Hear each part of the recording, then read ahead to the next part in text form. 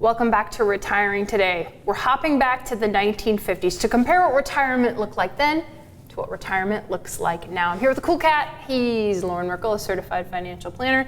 And Loren, on the silver screen back in the 1950s, do you remember? Well, you don't remember.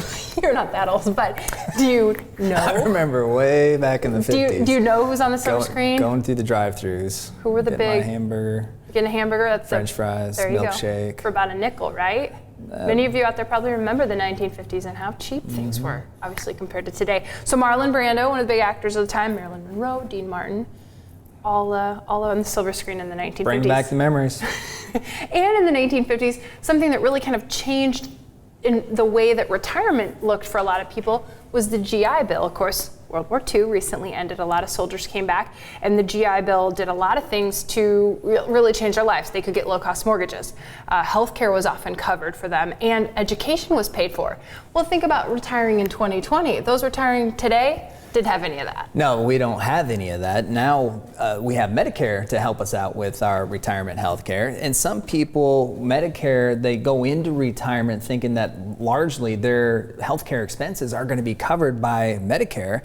But in reality, they get a surprise and they are on the hook for a big part of their overall health care bill, depending upon some of the supplemental programs they decide to use, which adds some additional complexity because these supplemental programs, so we have Medicare Part A, we have Medicare Part B, which will cost you somewhere between $144 a month per individual this year, all the way upwards over $500 a month, depending upon what the last 2 years of your income has been.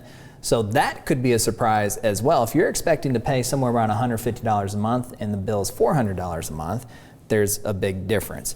And then in addition to that is the supplemental programs, which there's changes to almost on a yearly basis, and there's some cost associated with that, whether you're paying a premium for that supplemental coverage or you have to pay more of the actual health care costs that you incur through the course of your retirement as well.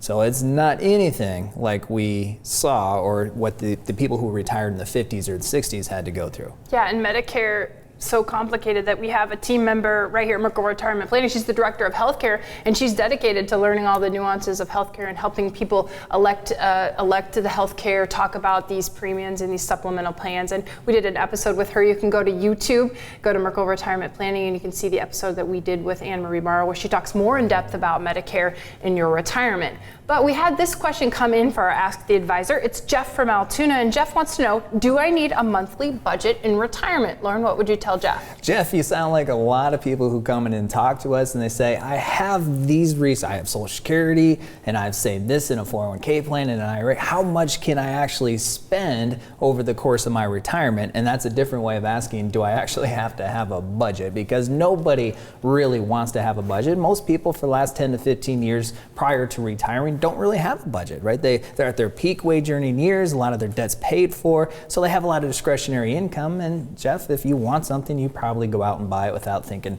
too hard about it. But now in retirement, when your W-2 wages go away, you have a finite amount of resources and you also have a finite amount of time.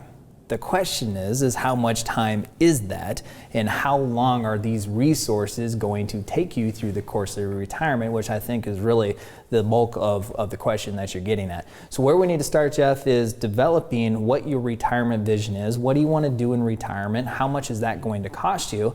And what we do many times to answer this question of how much can you afford to spend at point of retirement, how much can you afford to spend 10 years in retirement accounting for inflation and taxation, and how much can you afford to spend 20 and 30 years in retirement is to build that retirement plan. And we work backwards. We say, here's the resources you have, here's the longevity that we're planning for. Now, here's how much we can spend during this phase of your retirement and feel confident that you are going to be able to last the entire course of your life and not run out of time prior to running out of resources. So there is some work that's involved in that question. I guess I don't know if you need a budget or not. That's going to be dependent upon all of the different resources and your specificity within your retirement picture, but the plan will lead you the way.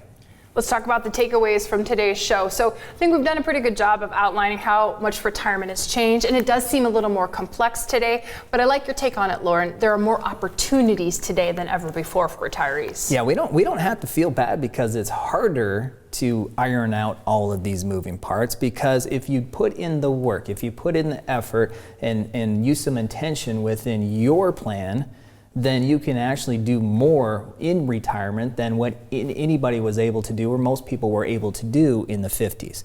So this new age has brought a lot of new opportunities. It's gonna take a little bit more work to get there for today's retirees, but you can reap a whole lot more rewards, and by the way, you deserve it. You've worked for 40 years, and you've been disciplined, and you sacrificed, and you put this money aside. Now it's about how to make this money work for you, as opposed to working for the money. Another takeaway, focus on creating an income floor. You need an income floor because people want the certainty. Retirees want the certainty. You want to know that if this market blows up and you don't like what your accounts do, and your accounts go from $500,000 to $400,000, that your income lifestyle is not going to have to decrease at that same ratio. The income floor gives you the same type of certainty that the retirees of the 50s had when they had their pension income and they had their Social Security income.